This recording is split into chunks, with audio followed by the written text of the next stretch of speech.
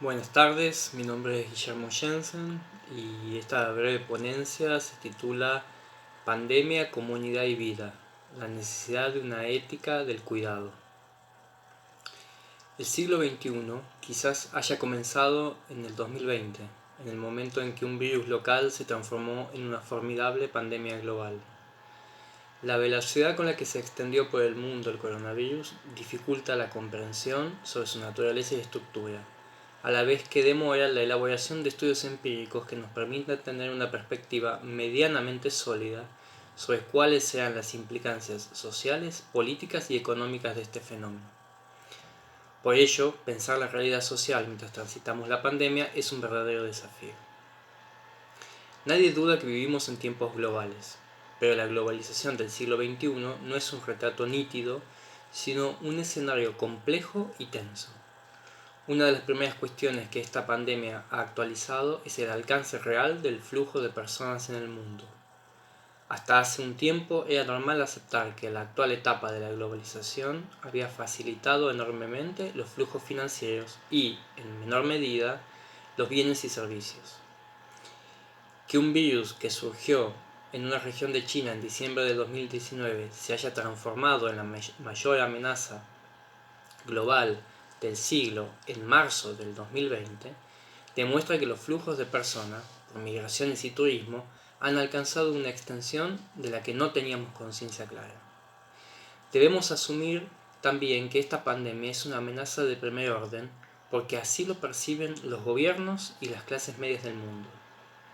Surgió en China pero se expandió por los aeropuertos internacionales de cada país. Sufrieron y diseminaron el virus los favorecidos de la globalización, esa dinámica franja social de los grandes centros urbanos que encuentran en la globalización más posibilidades que amenazas. El virus no discrimina, su dramática expansión siguió la lógica que llevó del centro a la periferia.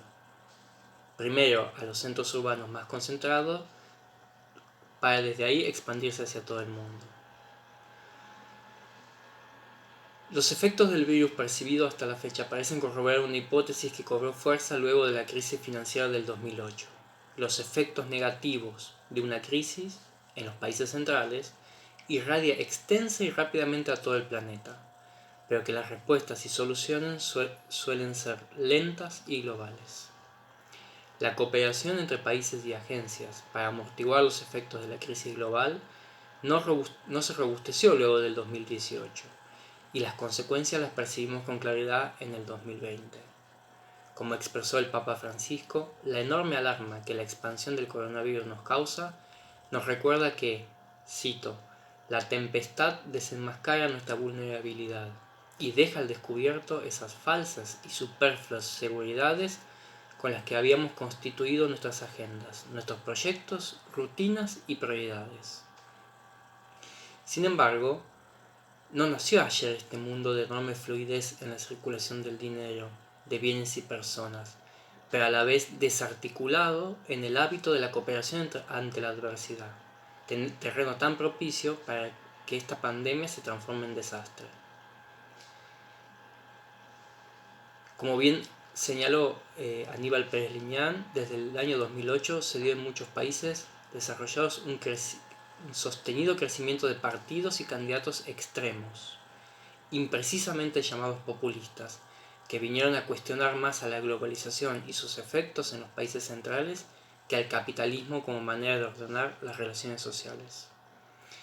El Brexit, Trump, el crecimiento de la extrema derecha en Francia, los gobiernos autoritarios de Polonia, Hungría y Turquía desmienten algunas otras hipótesis lanzadas luego de la crisis financiera del 2008. Ni una revolución solidaria global contra el mundo financiero como se profetizaba desde la izquierda antiglobalista, ni una recuperación económica y de empleo fulgurante como vaticinaba el liberalismo globalizado. La economía global volvió a funcionar, pero no fue como antes. Muchos de los empleos perdidos se recuperaron, pero son más precarios. La globalización de la precarización económica y del escepticismo en la política ha sido la nota distintiva de estos últimos años. En este fértil terreno vienen creciendo sostenidamente expresiones políticas particularistas, algunas muy intolerantes, todas desconfiadas de un futuro mejor. En este contexto se hace visible la necesidad de un discurso que articule un nosotros, más extendido, que dé sentido trascendente a la cooperación y la solidaridad. Un discurso que vaya más allá de la lógica de la conveniencia económica y la mera realización individual, sin caer en el autoritarismo intolerante que hoy abunda en Europa. Se ha vuelto necesario un mensaje que nos recuerde lo débiles e impotentes que somos desunidos y los dignos y fuertes que podemos ser al enfrentar juntos la adversidad. Un discurso que evite la ceguera, que nos impide volver a nuestras raíces y evocar la memoria de nuestros ancianos, privándonos así de la inmunidad necesaria para hacer frente a la adversidad. Esta pandemia ha hecho evidente la falacia de la autonomía absoluta del individuo y de su expansión a costa del descuido del medio ambiente y la vida humana.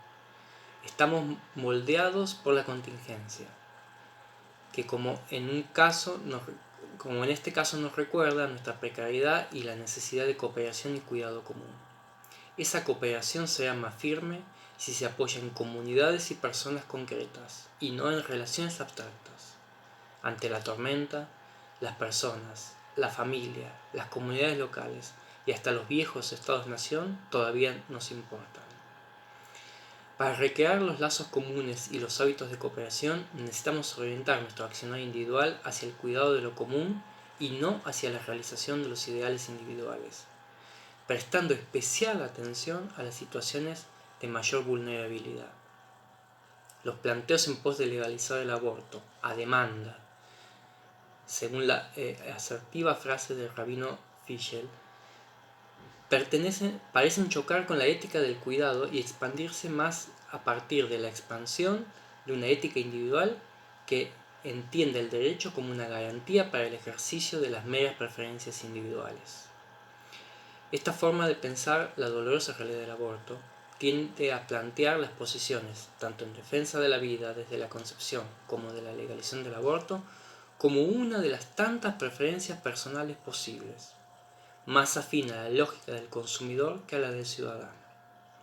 En este contexto de la pandemia, donde las desigualdades y diferencias se ensanchan y los sufrimientos se multiplican, cuesta articular los reclamos en pos de la legalización del aborto con la construcción de un itinerario ético común que responda a principios morales compartidos. Un itinerario ético que se haga visible en políticas públicas y regulaciones legales.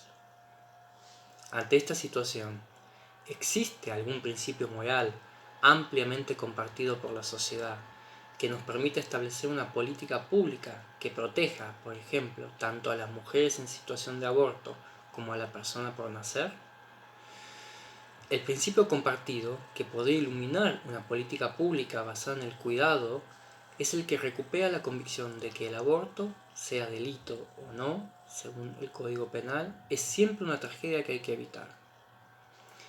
Informados por este principio, se podría concentrar los esfuerzos sociales y los recursos materiales con la finalidad de establecer un conjunto de políticas públicas destinadas a evitar situaciones de aborto, a proteger a la mujer embarazada y a fortalecer a las familias que las contienen.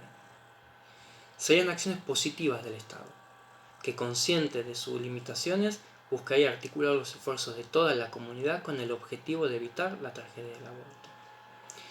Quizás la manera de suturar grietas sociales es reflexionar en este contexto de pandemia sobre cómo podemos evitar los abortos, en vez de propugnar reformas legales con el fin de liberalizar esa práctica. Estas acciones positivas no implican eludir la discusión sobre si el aborto, en ciertas circunstancias, debe ser un delito penalmente tipificado o no. Esta necesaria discusión se iluminaría mejor si primero avanzamos, sin demoras, en un camino que se esfuerce en prevenir las siempre dolorosas consecuencias de esa triste realidad que es el aborto. Si hay algo que modificar en forma urgente, es el punto de partida de nuestras reflexiones sobre el aborto, para salir de la dialéctica que transforma la tragedia en un derecho, así como de la convicción de que la vida se defiende solo con el Código Penal. La pandemia que nos toca atravesar es una gran oportunidad para repensar la cuestión desde un enfoque diferente. Finalmente, como señaló el filósofo Roger Scruton hace unos años, Vivimos en tiempos donde se ha vuelto peligrosamente fácil destruir lo existente y enormemente difícil construir conjuntamente. No sabemos aún cuáles serán las secuelas que nos dejará esta pandemia, pero si reconocemos la fragilidad de nuestra actual condición, podremos comenzar a desandar un lento y fatigoso camino común, basado en una ética del cuidado y no en una lógica del mercado. Muchas gracias.